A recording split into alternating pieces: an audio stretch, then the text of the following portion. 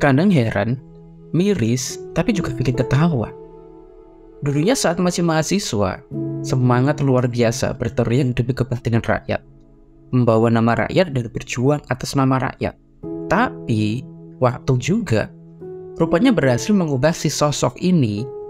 Apa yang ia teriakkan sewaktu masih mahasiswa, segala kezaliman yang ia kutuk di waktu itu, malah ia ambil alih saat menduduki posisi penting.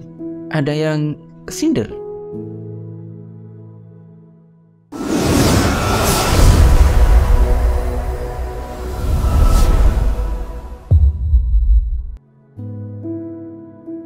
Seperti antipati atau bosan apabila bicara politik, entah karena kekotoran politik atau karena ulah para elit politik yang kurang amanah, hanya bertingkah semau sendiri dan gak jauh dari urusan perut sendiri. Para elit yang lupa pada tugas utamanya, para elit yang buta dan tuli atas suara rakyat, dan para elit yang bermandikan kemewahan harta hasil dari mencuri uang rakyat. Pantas jika para pemuda banyak yang enggan, bosan, dan muak dengan urusan politik. Padahal jauh daripada itu, masih banyak elit politik yang amanah, berjuang dengan hati nurani, membawa nama rakyat dan mengutamakan kebenaran. Sayangnya, mereka yang bersih ini tertutupi oleh bias-bias omongan burung, gorengan berita media massa, serta pelintiran informasi dari media sosial. Ayolah kita lihat politik dari kacamata yang lebih manusiawi. Tidak cukup melihat politik hanya dari kotornya saja. Tidak cukup hanya dari praktisnya saja. Dan tidak cukup hanya dari amplop menjelang pemilu. Sekali lagi, politik nggak gitu ya. Pada dasarnya, politik adalah bersih. Hanya sebagian saja tinta hitam yang bikin kotor dan seakan-akan mengotori kolam susu di negeri ini. Sebagai pemuda, nggak keren kalau kita hanya melihat satu sisi dari satu sudut pandang. Roald Dahl, seorang penulis kenamaan keturunan Norwegia, mengatakan bahwa politik adalah proses di mana individu dan kelompok mencapai kesepakatan tentang suatu tindakan bersama atau kolektif, meskipun mereka tetap tidak sepakat pada tujuan yang ingin dicapai dengan tindakan tersebut. Sementara filsuf yang jauh lebih tua yaitu Aristoteles berpendapat bahwa politik adalah the science of the state, ilmu tentang negara. Pendapat Aristoteles kemudian diperkuat oleh Niccolò Machiavelli yang mengatakan bahwa politik adalah the art of government atau seni pemerintahan. Sementara menurut Max Weber, politik adalah usaha untuk memperoleh kekuasaan. Nah, sepertinya penerjemahan menurut Max Weber inilah yang seringkali dipahami secara menyempit oleh masyarakat, di mana politik hanya alat untuk meraih kekuasaan. Tapi perlu diingat ya, politik tidak hanya untuk meraih kekuasaan. Mereka yang ingin mendapatkan kekuasaan pada dasarnya nggak akan bisa berhasil tanpa dukungan dari rakyat. Terlebih di negara ini mengenal prinsip bahwa pemerintahan adalah dari dan untuk rakyat. Pemerintahan dilaksanakan oleh rakyat dan dengan wawasan dan hasilnya pun untuk kemakmuran rakyat. Selaras dengan teori dari Hannah Arendt, politik adalah the space of appearance, yaitu ruang kemunculan di mana individu-individu berpartisipasi dalam urusan publik untuk membentuk dunia bersama. Oke, sampai sini semoga terjawab ya, bahwa peranan rakyat atau peranan publik adalah unsur penting yang gak bisa dilepaskan dari politik. Bisa kita katakan, para elit politik gak akan jadi apa-apa jika tidak ada suara dari rakyat. Tapi di lapangan, justru keberadaan rakyat gak lebih dari seutas lidi yang dirangkai satu persatu menjadi sebuah sapu. Suara rakyat sengaja dipilih, disandera, dan ditali menjadi satu kesatuan yang tergiring pada opini tertentu. Suara rakyat hanya menjadi sebuah kendaraan yang usianya sementara, atau sebuah alat untuk meluluskan tujuan segelintir orang. Ya, karena suara rakyat mampu dibeli dengan sebuah amplop berisi nominal rupiah. Elit politik egois, rakyat yang terbeli. Oke lah, jika memang itu terjadi, kita sebagai pemuda nyatanya saat ini hanya dan masih sebatas sebagai penonton. Mau bersuara gimana? Coba deh buka tangan kalian yang tergenggam itu. Wong amplopnya juga udah di tangan kan. Pakai logika. Inilah hidup, selalu dalam dua sisi. Tergantung kita mau memandang di sisi yang mana. Inilah yang kita sebut dengan sudut pandang. Politik akan menjadi kotor jika sudut pandangmu hanya melihat hal-hal kotor. Tapi politik akan menjadi kekuatan untuk kemaslahatan umat jika kamu memandang dengan hati jernih, pakai logika dan optimis. Politik gak cuma tentang pemilu, gak cuma tentang berangkat nyoblos karena terima amplop, gak cuma aksi para elit yang di sana, gak cuma koalisi oposisi. Terlalu sempit jika kita melihat politik hanya dari hal-hal itu. Ingat, politik adalah tata kelola masyarakat. Bukan berarti politik kotor. Bukan berarti politik hanya sebatas cari kekuasaan. Dan bukan berarti politik seperti yang tayang di banyak media massa seperti sekarang.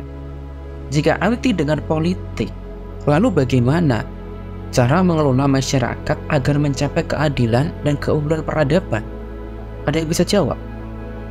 Sejarah perjalanan bangsa ini dibumbui dengan berbagai aksi politik untuk lepas dari penjajahan. Perdagangan dibumbui dengan politik. Sepak bola dibumbui dengan politik. Hingga organisasi keagamaan pun ikut masuk ke politik. Termasuk organisasi kepemudaan yang gak mau kalah dalam bergabung ke kancah politik. Nyatanya, upaya para pendahulu kita telah berhasil membebaskan bangsa ini dari cengkeraman penjajah. Ini membuktikan jika politik berada di tangan yang amanah dan dipergunakan untuk kepentingan kebenaran, maka hasilnya pun juga akan baik. Apa masih kurang bukti? Pada tahun 1908, kelompok pemuda dari pribumi yang sebelumnya tergabung dalam Serikat Dagang Islam bersepakat membentuk organisasi Budi Utomo, sebuah organisasi kebangsaan yang berwawasan mempromosikan solidaritas sosial di kalangan masyarakat pribumi, terutama melalui pengembangan kegiatan sosial dan keagamaan. Budi Utomo juga berupaya untuk mempromosikan persatuan dan kesatuan antara etnis dan agama yang berbeda-beda di Indonesia. Upaya politik Budi Utomo menambah pada wawasan terbentuknya mental mandiri ekonomi pada rakyat. Budi Utomo juga berperan dalam melawan penjajahan dan memperjuangkan kemerdekaan Indonesia dari cengkeraman kekuasaan kolonial Belanda. Nyatanya, waktu telah memberikan ruang pada organisasi ini untuk menjadi salah satu kekuatan pergerakan nasional yang menggalang massa dan memobilisasi dukungan untuk perjuangan kemerdekaan. Apa ini bukan politik namanya? Dan mereka adalah para pemuda. Kita sebagai pemuda nggak bisa tinggal diam. Jika menemui kezaliman, maka lawan. Jika menemui kebodohan, maka kikislah kebodohan itu. Jika menemui keributan, maka damaikan. Tapi pergerakan pemuda yang berilmu tentu menggunakan ilmunya, bukan sekedar berteriak dan membuat kerusakan-kerusakan baru. Rasulullah SAW dengan upaya politik telah mampu membangun kota Madinah, sehingga menjadi salah satu unsur penting dalam dakwah Islam. Bermula dari kota di tengah gurun inilah, nyatanya kekuatan politik Islam menjadi salah satu kekuatan besar di dunia yang berhasil meruntuhkan segala kezaliman, membawa kabar baik dan memberikan perlindungan bagi masyarakat bahkan yang bukan pemeluknya. Karena prinsip politik yang diusung oleh Rasulullah SAW mengedepankan keadilan, persatuan, dan kemanusiaan. Dengan menjalankan politiknya, Rasulullah SAW senantiasa menggunakan jalur diplomasi sebagai sarana untuk memperjuangkan kepentingan umat Islam dan membangun hubungan dengan masyarakat di sekitar. Tidak hanya dengan masyarakat Muslim, bahkan dengan pihak di luar sekalipun. Sejarah mencatat tentang perjanjian Hudaybiyah, sebuah perjanjian yang awalnya membuat semua orang pesimis karena merasa pihak muslimin hanya berada di sisi kalah, di mana beliau berhasil mencapai kesepakatan damai dengan pihak Quraisy. Namun, kemudian perjanjian tersebut justru disadari membawa manfaat besar bagi pengembangan Islam. Rasulullah sangat erat memegang prinsip hak asasi manusia.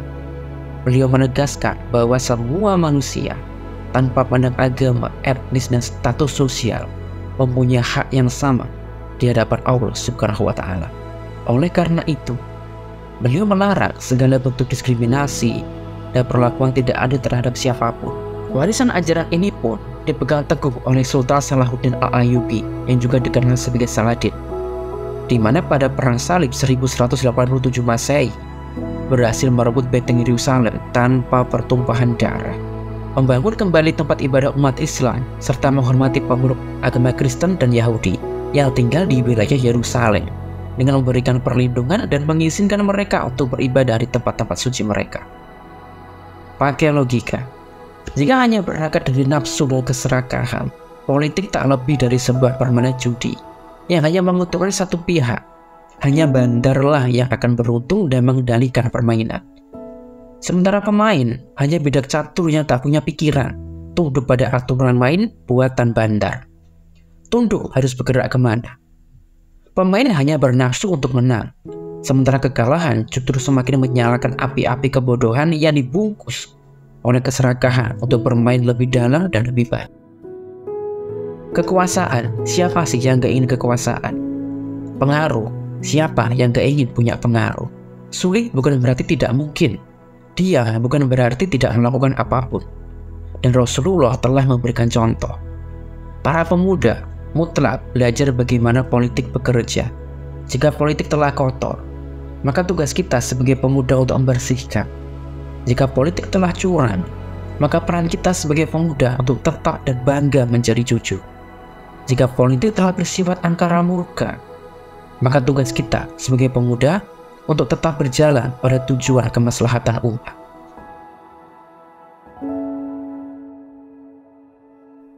Selanjutnya di Better Life Indonesia.